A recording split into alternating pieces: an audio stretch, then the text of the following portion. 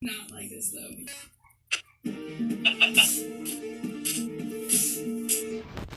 Welcome to the Kill Count, where we tally up the victims in all our favorite horror movies. I'm James A. Janice, and today we're looking at the miniseries version of Stephen King's It, which was aired in 2 parts on ABC in 1990. Originally conceived as an 8 to 10 hour television epic, writer Lawrence D. Cohen was forced to cut it down to a mere 3 hours. A difficult task, given the source material was an 1,100-page novel. Look at this thing! It tells the story of a group of middle school-aged outcasts called the Losers Club in the small town of Derry, Maine. They experience terror and torment at the hands of Hi. an embodiment of a greater evil. Yes, I said hi. So yeah, this is my first survival. So if I die, like I'm just gonna have to delete the world.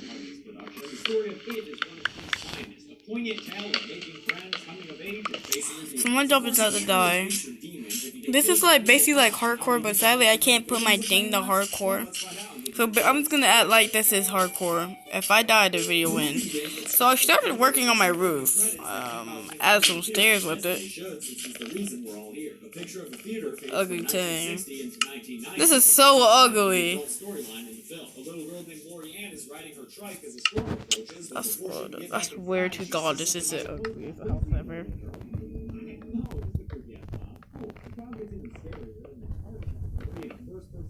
Killing her off screen. Just a heads up as we start off here, a lot of the kills are done with. I'm gonna have to deal with it. Look forward to the theatrical release of the new It coming out next week. Lori Ann's murder. A lot of the kills are done this way. It's a little no, just a creepy ass clown. Cool. The clown. Those in some opening credits that pimp out Tim Curry's appearance, as they should, since he's the reason we're all here. A picture of a theater fades from 1960 into 1990, the present time for the adult storyline in the film. A little girl named Lori Ann is riding her trike as a storm approaches, but before she can get back inside, she sees something by the clothesline. What are you seeing there, little girl? No, just a creepy-ass clown. Cool. The clown gets even scarier and then charges at Lori in a first-person shot, killing her off-screen. Just a heads up as we start off here, a lot of the kills are done this way. It's a little unsatisfying, but probably a result of the miniseries budget in hand. We're just gonna have to deal with it and look forward to the theatrical release of the new It coming out next week. Lori Ann's murder draws the interest of Mike Hamlin, the first member we meet of the Losers Club, and played by Tim Reed, who was the dad in Sister Sister, so that's fun. Apparently, there's been a string of kids disappearing or winding up dead, and Mike thinks it's terrible. There's something terribly wrong here in Derry. Absolutely terrible. After getting dismissed by the police chief, Mike notices a picture sitting by a tree, and it's not just a child actor's headshot. It's a little boy he recognizes as someone named Georgie. He takes to his diary to tell the audience that he's freaking out, man, over the picture he just found, and that it's time to get the band back together. So let's meet our ensemble cast. First up, hanging out in this mansion in England is Bill, a horror writer rocking an awful ponytail who's busy working on a screenplay. Part of Bill's purpose is to be an extremely obvious stranger for Stephen King himself. If they're gonna hire someone to dangle one of my books, might as well be me. He's having dinner with his lovely wife Audra, an actress set to star in the picture he's working on. But their meal's interrupted by a phone call from Mike, who tells him quite plainly, it's back.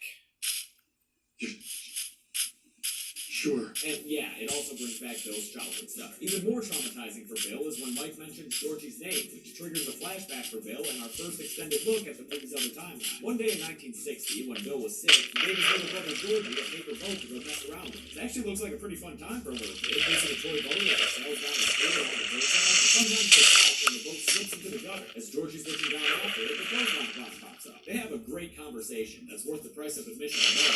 Tim Curry is and always will be magnificent. Georgie tells the clown he can't talk to strangers, so the clown goes ahead and solves that little problem. Pennywise, the dancing clown.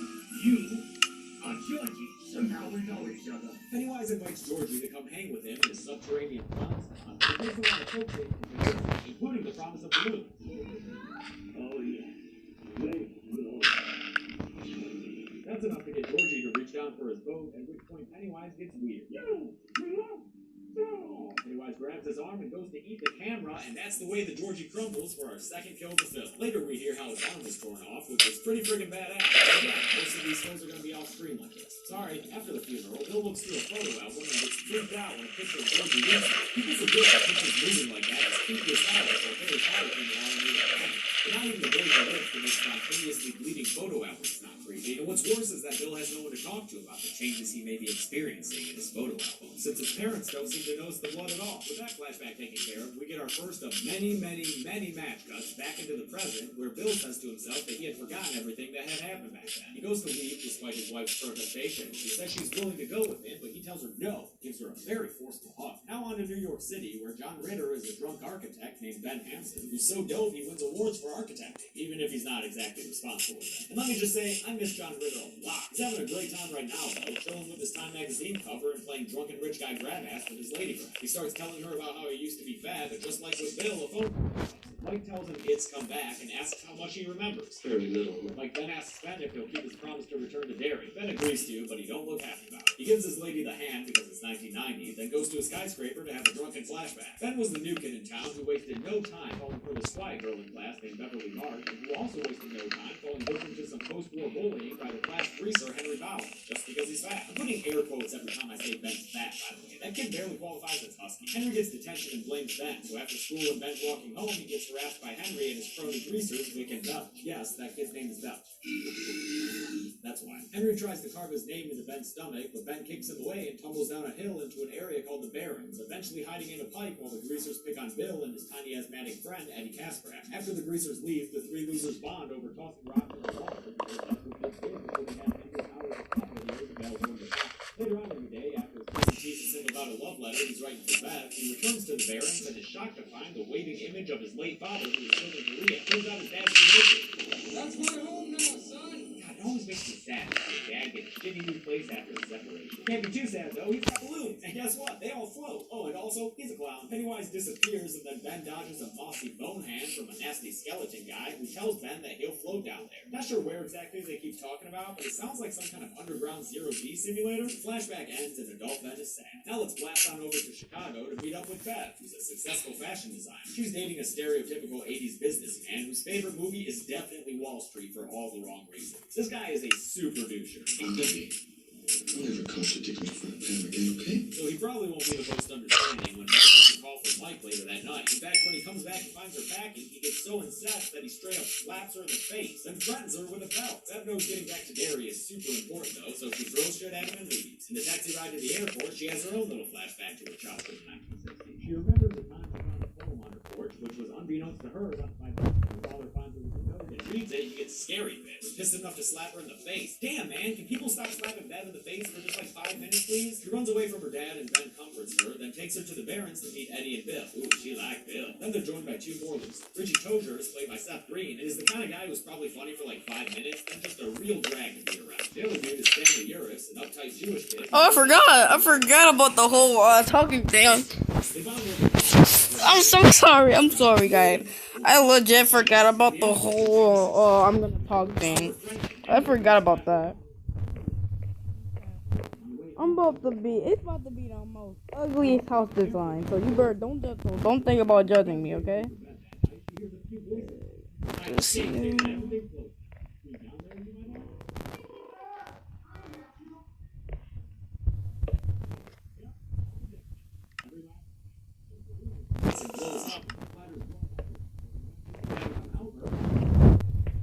One squirting sink warns Bev that she'll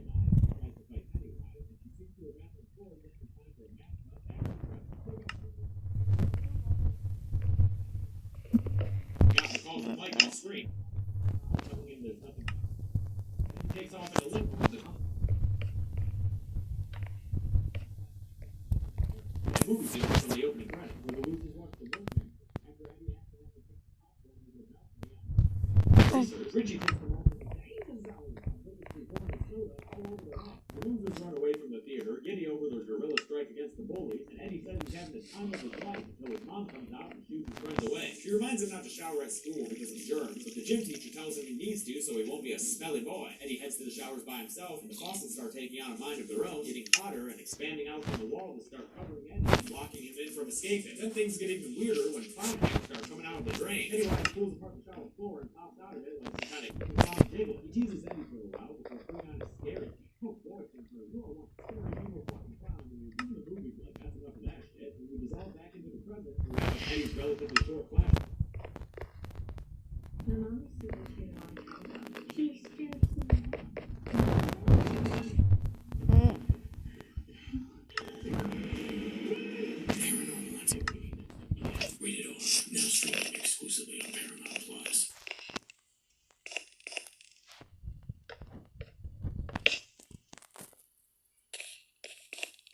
Hubris is a Greek word that means dangerously overconfident. Based on my research, hubris fairly describes our current response to the issue of climate change. Here's what many people believe. 1. The planet is warming catastrophically because of certain human behaviors. 2. Thanks to powerful computers, we can project what the climate will be like 20, 40, or even 100 years from now. And 3, if we eliminate just one behavior, the burning of fossil fuels, we can prevent the climate from changing for as long as we like. Each of these assumptions, together the basis of our hubris regarding the changing climate, is either untrue or so far off as to be useless. Yes, it's true that the globe is warming. Hey, if you guys want to play with me, because I get lonely, then you're more welcome to. I might. Yeah, I can even invite you to my world. You're welcome to play with me.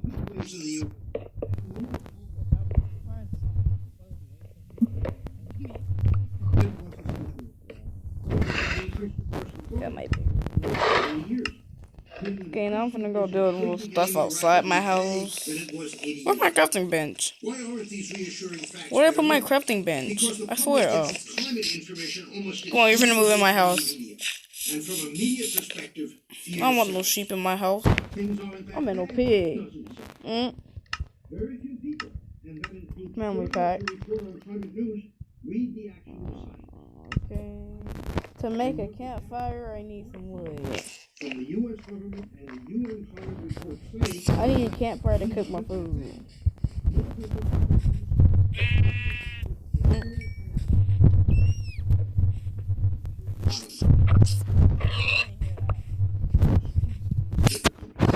Yes, there are human influences, but the climate...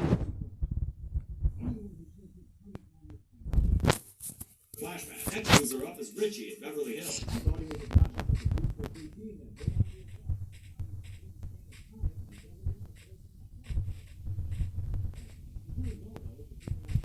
Mike's phone call brings back memories so upsetting he flies out of his toilet to raise the mascot guy. He was an answer and they're taking back the answer. It's how wild they want to be when they grow up. It's like they tell us about the bloody photo album. Is that a super Irish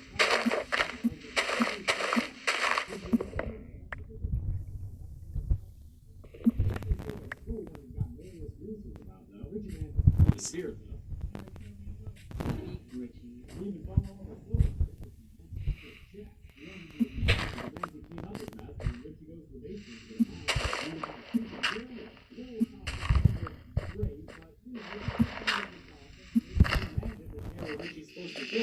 as Richie's running away, the werewolf is Pennywise.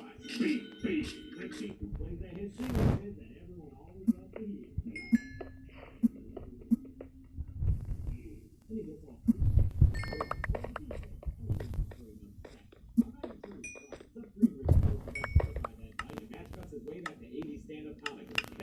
library, Mike looks at a photograph and decides that it's a good time to have a flashback of his own. So he reminisces about the time he historical disasters that have befallen Derry. Here's the ire of Henry Bowers and his new expanded group of greasers for being black, so they chase him down the street and into a gravel pit construction area. Here the other losers are hanging out and talking about how they've all seen Pennywise now, except for Scout Trooper Stan, who's skeptical of the whole situation. Stan's too logical for this kind of thing. Such a thing just isn't empirically possible. But the others assure him it's real and the cause of all the missing children lately. When Mike runs into them for help, they defend him.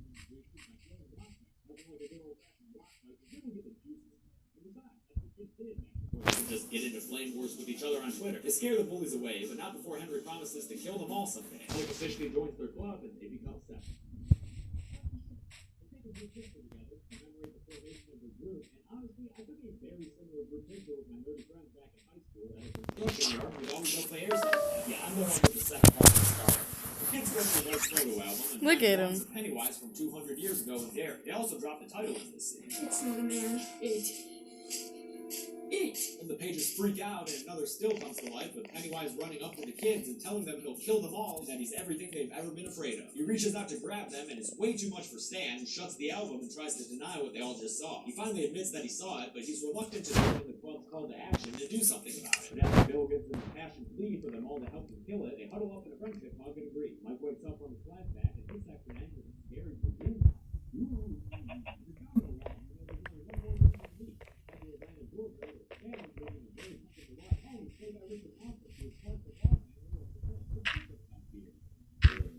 He gets the phone call from Mike, but Stan's real freaked out and says he can't promise he'll make it back to the area for the rest of the night. He leaves his wife to go upstairs and run a bath, and yep, you guessed it, Match cut his way back to 1960. The Lucky Seven are practicing with a slingshot, shooting at cans and glass bottles in a creek because that's what kids did before they had hyper-realistic first-person shooters to play. They all suck at it except Bev, who shoots a perfect 10 out of 10 and is thus designated the party's ranged attack. Yeah, I'm finna go stir my farm.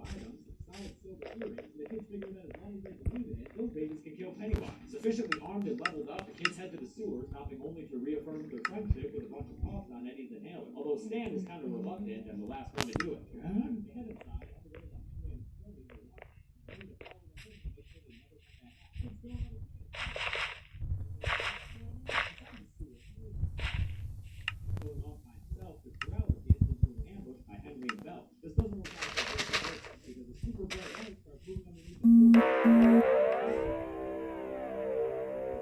Kill, getting all up in his face with them bright lights. The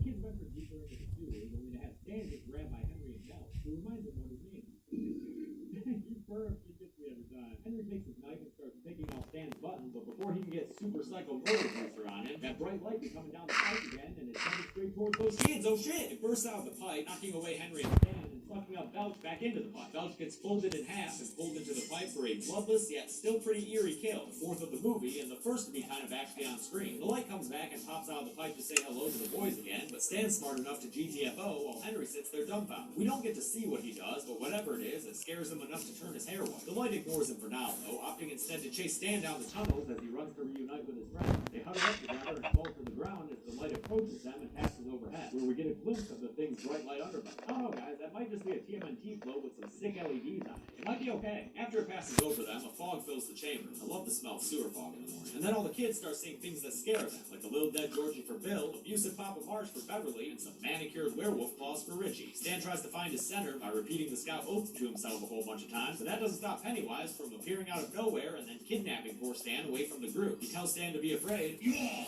taste so much better when you're afraid. And laughs at their threat to kill him because, as he says, he's eternal and the eater of worlds. Right as he goes to nom down on Stan, though, Eddie steps up to the plate to be a hero. This is battery acid, you slob!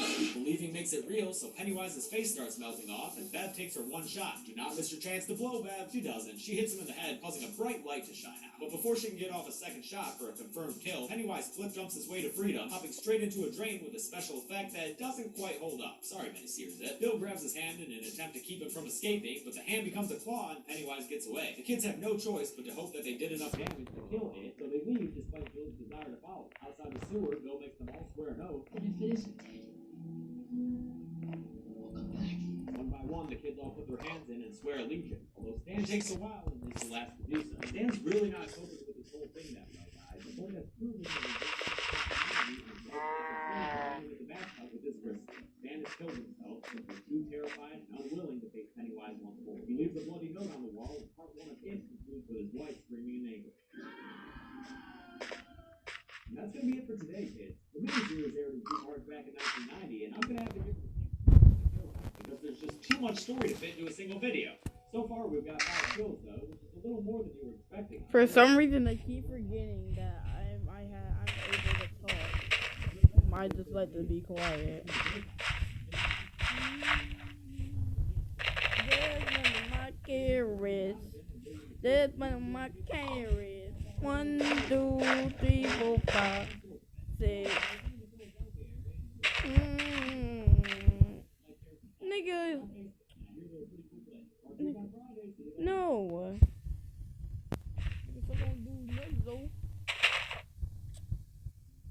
You know what? Here, I only have one, so you can eat it. You can just eat it. I don't care. I had one anyway, so eat it. Who cares?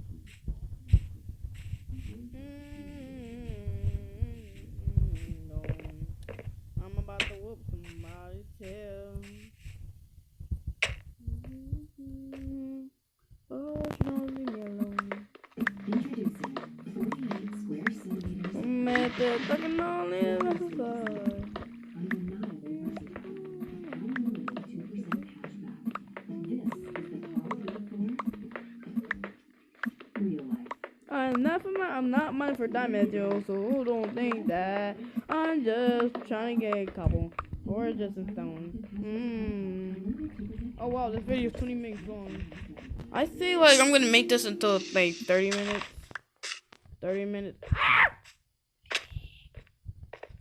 I can't scream it, that's what I do. That was not supposed to happen. I was supposed to go like this. Where we tally up the victims and all. I remember when I couldn't scream anymore, I did something like that. That's all it sounded like. The series was aired in 2 parts on ABC. There's too much damn story to tell. If you need to watch part 1, where 5 people have died so far, Yeah, I got that scream in me, boy. this video to check it out. I want potatoes. Back into the kill. Potato, potato, potato, potato. Part 2 begins with Bill and his whack-ass ponytail arriving. And I want some more He campfires. visits his little brother's tombstone, but gets his morning session interrupted by Pennywise digging some grave.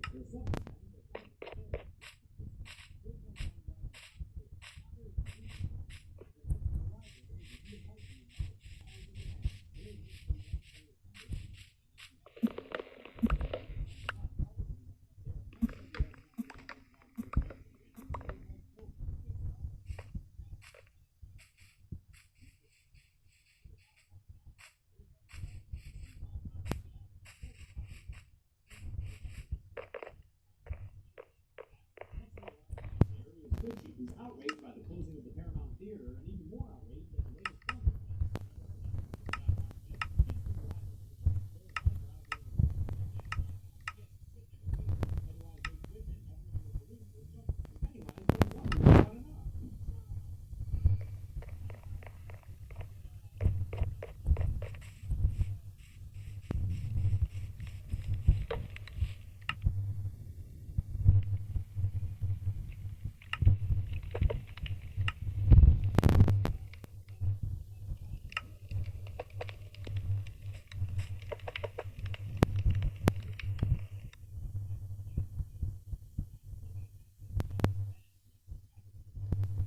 Down to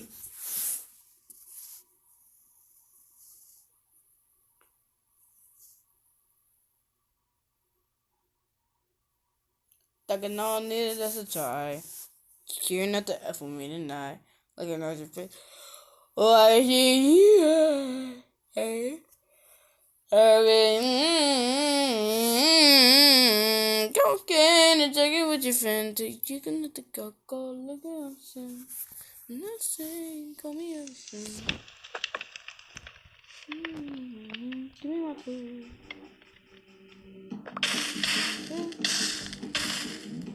Ow, ow, ow, ow, ow. Okay, never mind, I'm good. Okay, now let me play in like second. I think, yeah, I'm gonna play in second person right quick. I'm gonna see what second person feels like.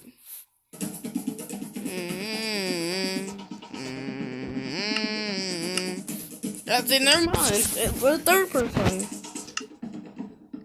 No, my kid. I'm gonna get waiter. Bat. I'm gonna get Raider playing Minecraft. Oh my god, epic rare. But no, I'm not lying. If you guys want to play with me, you're welcome to. If you guys want to, I kind of want to get.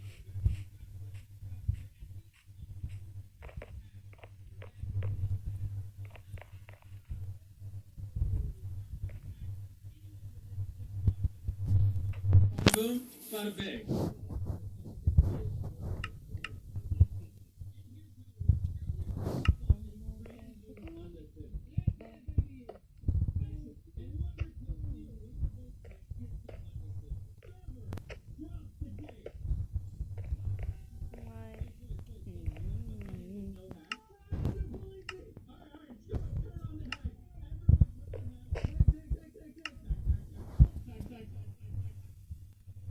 I love a bell, bro. I don't want my bell. Put that there.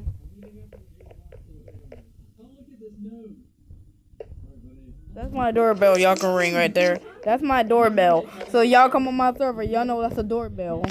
Occasionally, someone gets through and gets a hit on. If that doesn't ring for y'all, ask if I care. Because I really don't. Oh, that's gonna let you live. Sorry. I'm watching Mr. Beast, and he's saying about a Honda Civic. Those are trash. Honda Civics are trash. Imagine Mr. Beast comments on my video. If Mr. Beast comments on my video, I'm gonna see if he wants to play on my server right quick. Imagine Mr. Beast comments on my video. I'm gonna offer them a free invite to my server, and I swear, if anyone comments on my video that has over 1,000 subscribers and that plays Minecraft, oh hey, I'm inviting them to my server. Cause that never happened to me before. A person over 1,000 subscribers came on my server.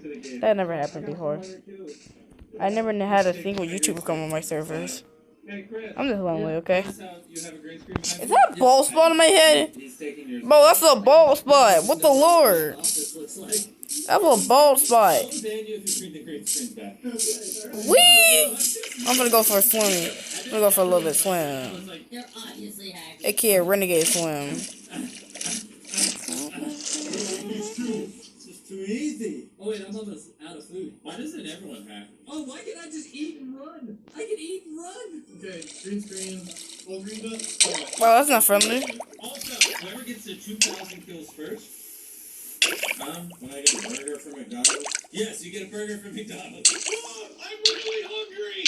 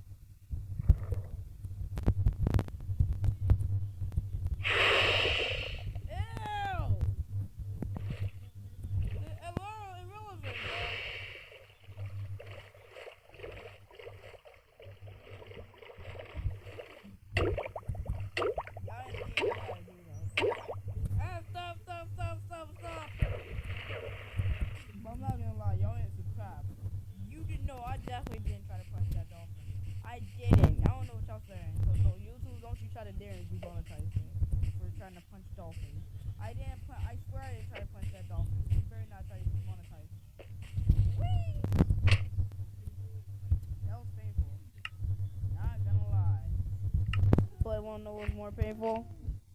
So I'm gonna be on my normal hardcore, which only has one life in it.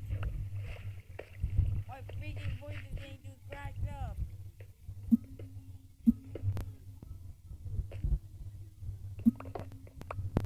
I might do some reacting videos. I'm gonna react to Dream versus.